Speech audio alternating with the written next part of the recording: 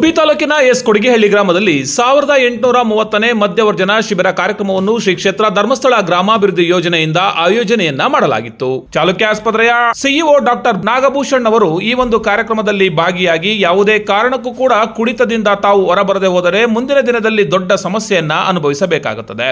ಹಾಗಾಗಿ ಕುಡಿತದಿಂದ ಏನನ್ನೂ ಕೂಡ ಸಾಧಿಸಲು ಸಾಧ್ಯವಿಲ್ಲ.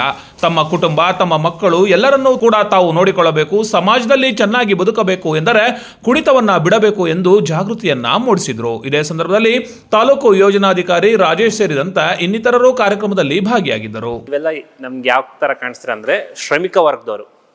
ಶ್ರಮಿಕ ವರ್ಗ ಅಂದ್ರೆ ಏನು? ರೈತ ವರ್ಗದವ್ರು ಇರ್ಬೋದು, ದಿನನಿತ್ಯ ಮಾಡುವಂಥ ಕೂಲಿ ಕೆಲಸಗಳಿರ್ಬೋದು, ಅಥವಾ ಎಲ್ಲಾದ್ರೂ ಡೇ ಟೈಮ್ ಕೆಲಸ ಮಾಡುವಂಥವ್ರು ಇರ್ಬೋದು. ಅಂದ್ರೆ ದೈಹಿಕವಾಗಿ ದಂಡನೆ ಮಾಡಿ ದುಡಿಯುವಂಥ ಶ್ರಮಿಕ ವರ್ಗದವ್ರು ಎಲ್ಲ ಇಲ್ಲಿರೋದು.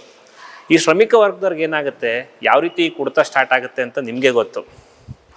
ಬೆಳಗಿನ ಸಾಯಂಕಾಲ ತನಕ ಗುದ್ಲಿ ಕೆಲಸ ಮಾಡಿದೀನಿ ಸರ್, ಮೈನೋಗಿ ಒಂದು 90 ಹಾಕೊಂಡು ಮನೆಗೆ ಹೋದೆ ಅಂತ ಹೇಳ್ತಾರೆ. ಹೀಗೆ ತಾನೇ ಶುರುವಾಗಿರೋದು ನಿಮಗೆಲ್ಲ.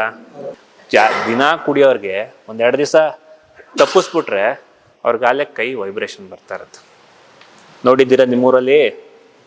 ಇದನ್ನ ಡಿಮೆನ್ಷಿಯಾ ಅಂತ ಹೇಳ್ತೀವಿ. ಅಂದರೆ ಅತಿಯಾದ ಕುಡಿತದಿಂದ ಭಾಳ ವರ್ಷದಿಂದ ಕುಡಿತಾ ಇರೋರಿಗೆ ನರಗಳೆಲ್ಲ ವೀಕ್ ಆಗಿರುತ್ತೆ. ಸರಿನಾ? ಒಂದ್ಸರಿ ಮೆದುಳಿನ ನರ ವೀಕ್ ಆದರೆ ಇನ್ನೇನು ಮಾಡೋಕ್ಕಲ್ಲ, ರಿವರ್ಸ್ ಮಾಡೋಕ್ಕಾಗಲ್ಲ. ಸೊ ನೀವು ನಿಮ್ಮ ಮನೆಗೆ, ನಿಮ್ಮ ಸಮಾಜಕ್ಕೆ ಭಾರ ಆಗ್ತೀರ. ಅವಾಗ ಯಾರೂ ನಿಮ್ಮನ್ನು ನೋಡ್ಕೊಳಕ್ಕಾಗಲ್ಲ, ಎತ್ತಿ ಇಳಿಸೋಕ್ಕೆ ಯಾರೂ ಬರಲ್ಲ. ಆಮೇಲೆ ಈ ಮಧ್ಯದಲ್ಲಿ ಲಿವರ್ ಡ್ಯಾಮೇಜ್ ಕಂಟಿನ್ಯೂ ಆಗ್ತಾ ಇರುತ್ತೆ. ಇಷ್ಟೆಲ್ಲ ಆಗ್ಬೇಕಾದ್ರೆ ಲಿವರ್ ಸುಮ್ಮನೆ ಇರಲ್ಲ, ಅದು ಡ್ಯಾಮೇಜ್ ಆಗ್ತಾನೇ ಹೋಗುತ್ತೆ. ಡ್ಯಾಮೇಜ್ ಆಗ್ತಾ ಹೋಗ್ತಾ ಏನಾಗುತ್ತೆ, ಒಂದು ಹಂತದಲ್ಲಿ ಜಾಂಡೀಸು ನೆತ್ತಿಗೆ ಇರುತ್ತೆ. ಜಾಂಡೀಸ್ ನೆತ್ತಿಗೆ ಇರಿದ್ಮೇಲೆ ನೀವು ಬದುಕೋ ಚಾನ್ಸಸ್ 0. ಯಾವ ಕಾರಣಕ್ಕೂ ಬದುಕೋಕ್ಕಾಗಲ್ಲ. ಆಯಿತಾ? ಅಷ್ಟೆಲ್ಲ ಸೈಕಲ್ ತುಳಿಬೇಕಾದ್ರೆ 2-3 ಲಕ್ಷ ಆಲ್ರೆಡಿ ನಿಮ್ಮ ಮನೆಯವ್ರು ಖರ್ಚು ಮಾಡಿರ್ತಾರೆ ನಿಮಗೆ. ಸರಿನಾ? ಜಾಂಡೀಸ್ ನೆತ್ತಿಗೆ ಇರೋದ್ರ ಜೊತೆಗೆ ಲಾಸ್ಟ್ ಕುಡುಕ್ರೆ ಹೆಂಗೆ ಸಾಯೋದು? ಹೆಂಗೆ? ರಕ್ತವಾಂತಿ ಮಾಡ್ಕೊಂತಾರೆ. ಕುಡಿದು ಲಿವರ್ ಡ್ಯಾಮೇಜ್ ಆಗಿ, ತೂತ ಆಗಿ ಬ್ಲಡ್ ವಾಮಿಟಿಂಗ್ ಸ್ಟಾರ್ಟ್ ಆಗುತ್ತೆ. ನಿಮ್ಗೆ ಒಂದ್ಸರಿ ಬ್ಲಡ್ ವಾಮಿಟಿಂಗ್ ಸ್ಟಾರ್ಟ್ ಆಯಿತು ಅಂದರೆ, ಬ್ಲಡ್ ವಾಮಿಟಿಂಗ್ ಸ್ಟಾರ್ಟ್ ಆಯಿತು, ನಮ್ಮ ಆಸ್ಪತ್ರೆಗೆ ಬಂದ್ವಿ, ನಮ್ಮ ಆಸ್ಪತ್ರೆಯಿಂದ ಸಿದ್ಧಗಂಗೆ ಕಳಿಸಿವಿ, ಇಷ್ಟರಲ್ಲೇ 50,000 ಖರ್ಚಾಗ್ತದೆ.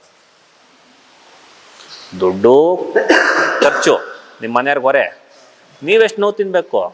ನೀವೇನು ಆರಾಮಾಗಿರ್ತೀರ ಇವೆಲ್ಲ ಆಗ್ಬೇಕಾರೆ? ನಿಮ್ಮ ದೇಹಕ್ಕೂ ಭಾಳಷ್ಟು ನೋವು ಆಗ್ತಾ ಇರುತ್ತೆ. ಸೊ ಹಂಗಾಗಿ ಕುಡಿತದ್ದು ಒಂದಿನದ್ದು ಪರಿಣಾಮ ಇರಲ್ಲ, ಸುಮಾರು ತಿಂಗಳುಗಳಾಗುತ್ತೆ, ಸುಮಾರು ವರ್ಷಗಳಾಗುತ್ತೆ. ಸೊ ಹಂಗಾಗಿ ಕುಡಿತದಿಂದ ಯಾವತ್ತಿದ್ರೂ ಡೇಂಜರೇ. ಆಮೇಲೆ ಮಾನಸಿಕವಾಗೂ ಹೇಳ್ತೀನಿ, ಕುಡಿತ ಅನ್ನೋದು ಸ್ಟಾರ್ಟಿಂಗಲ್ಲಿ ಅದೊಂದು ನಶೆ.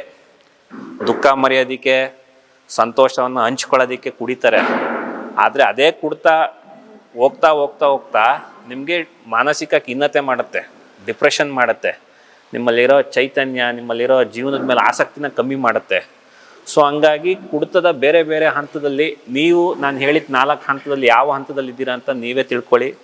ನನ್ನ ಅನಿಸಿಕೆ, ನನಗೆಲ್ಲ ನಂಬಿಕೆ ಇದೆ, ನೀವೆಲ್ಲ ಮೊದಲು 2ನೇ ಹಂತದಲ್ಲೇ ಇದ್ದೀರಾ.